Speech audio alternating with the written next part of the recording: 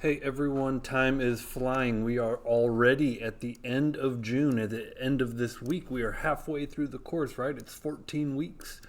And here we are at week 7. So we are on chapter 8. And as you're getting used to the flow, we've got the same kind of 3 assignments going on. We've got a homework for chapter 8. And so you know the textbook. You know the drill. I always ask that you read the chapter first and then watch the lectures. Now, I have lectured on this twice in the last year, and I put both lectures out there. These first 2 lectures right here, 1 and 2, these are where I did a kind of like the code out of the book. There were some book demonstrations. So you might, I think these first 2 videos, again, they're like 2 hours there and almost 2 hours there. They're a little bit in more detail because I'm doing more code alongs. And so probably you want to get the more detailed version and do follow the coding along. That is up to you. If you want a higher level lecture, even though that is not the right thumbnail, if you click on this video here, it is not, I don't know why that thumbnail is wrong. Okay, but it is chapter 8 nonetheless. And so I lectured twice. I did it 4 months ago and a year ago on chapter 8. The first 2 videos here was a year ago, a little bit more in the weeds and a higher level lecture there. This next video, and so if you wanted, frankly, you could watch them both. It's really up to you. Watch all 3. And then the next one here, the tutorial as it's labeled. Again, the thumbnail in this. This is going to be the project, the student project for chapter 8. So going back to the syllabus, read the chapter, you know that. Watch the lecture, you know that. Then do the homework. Then do the student project. I have a video on the student project on this one. Again, sometimes I do, sometimes I don't. Don't know what the right answer is there. This time I do. It's an hour long, helping you out with this student project. Again, my advice on this one is DIY and only use the video if you get stuck. And so I would encourage you to attempt the student project without the video. However, if you get stuck, it is a resource for you to use to get help. Of course, so am I. You could always reach out on Discord. Several of you are very good at that. I would encourage all of you to reach out to me any time of the day, week, weekend. It doesn't matter. I am here to help anytime you need me. Back to the syllabus. Student project then is a lab assignment, so you'll put that in the chapter 8 lab folder. And then there is a final project assignment. You can see these 3 assignments right here on Inside Rankin. Let me highlight those 3 rows. The final 8 project, again, you'll kind of see the Google Doc for the rubric. You're going to implement temp data on your final project, and so any time an operation like an edit operation, a create a new entity, or a delete operation is performed, you give the user a little temporary message, a little, the name implies, temp data, that says, hey, the product was added, or the student was edited, or the the entree was deleted. Whatever the thing is, if you do an edit on the thing, a create on the thing, or a delete on the thing, you give the end user a little message indicating that in their view. And then the next thing I want to talk about a little bit here is implementing a view model in your projects, on your final projects. Now, implement a view model to display data from multiple tables on one of your views. And so implementing a view model is worth 50 points.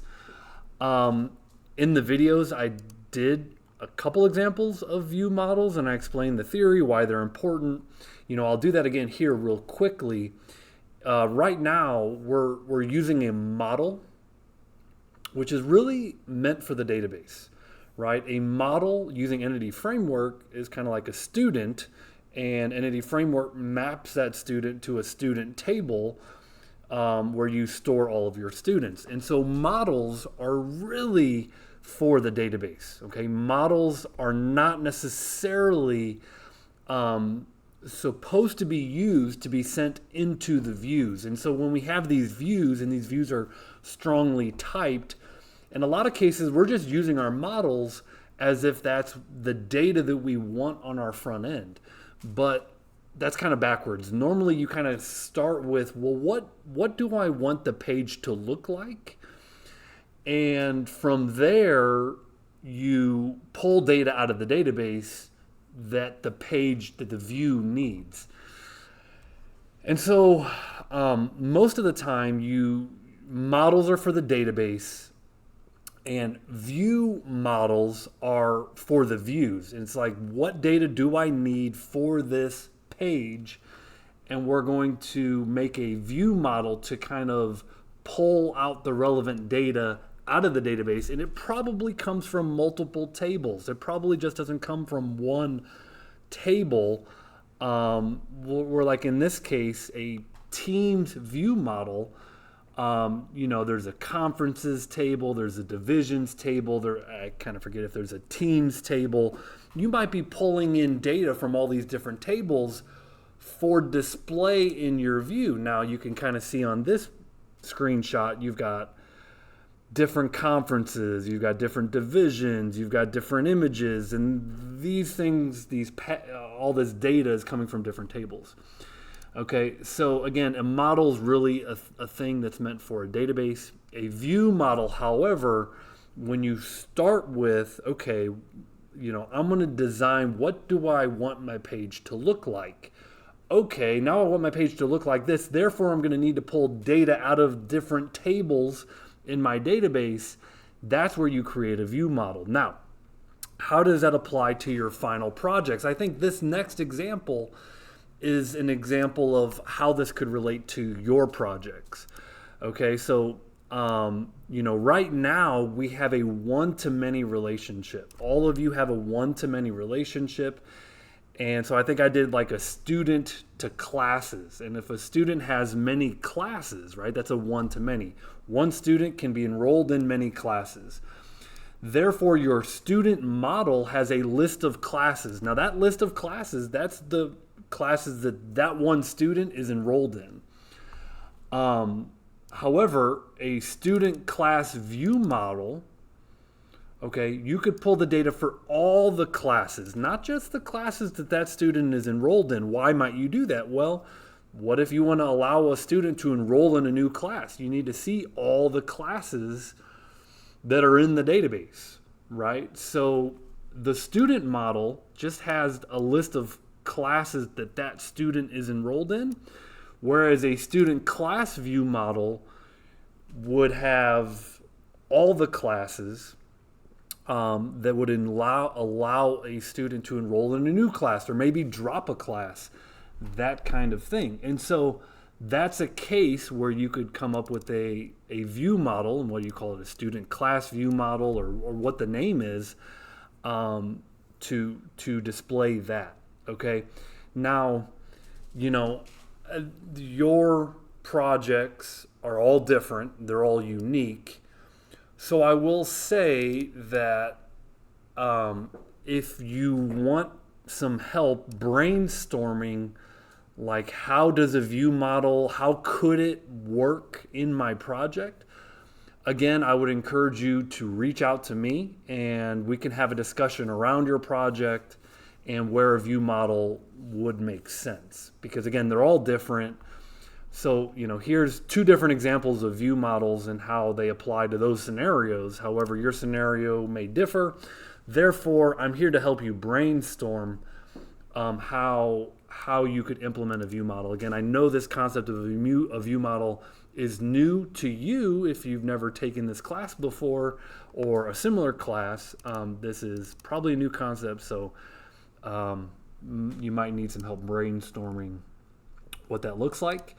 But those are the two new requirements, and same final project folder, and that is week number 7.